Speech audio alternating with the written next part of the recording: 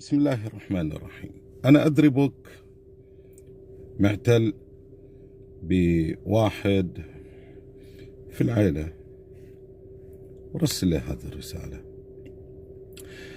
قول له أنت لما خربت التركة والإرث وسرقتها أو سرقت أموال الناس أو سرقت من أحد، يعني حتى معاق يعتدوا عليه، معاق قاعد يترزق الله، يجي واحد يعتدي عليه بلا حياء، زين، وبلا دين. المهم قول له أنت تقدر تحج، صلاتك هذه متأكد منها، كل أموالك مغصوبة. زين، الحين ما نتكلم احنا في الخمس و تبعات الخمس وأصحاب أهل الخمس، ما نتكلم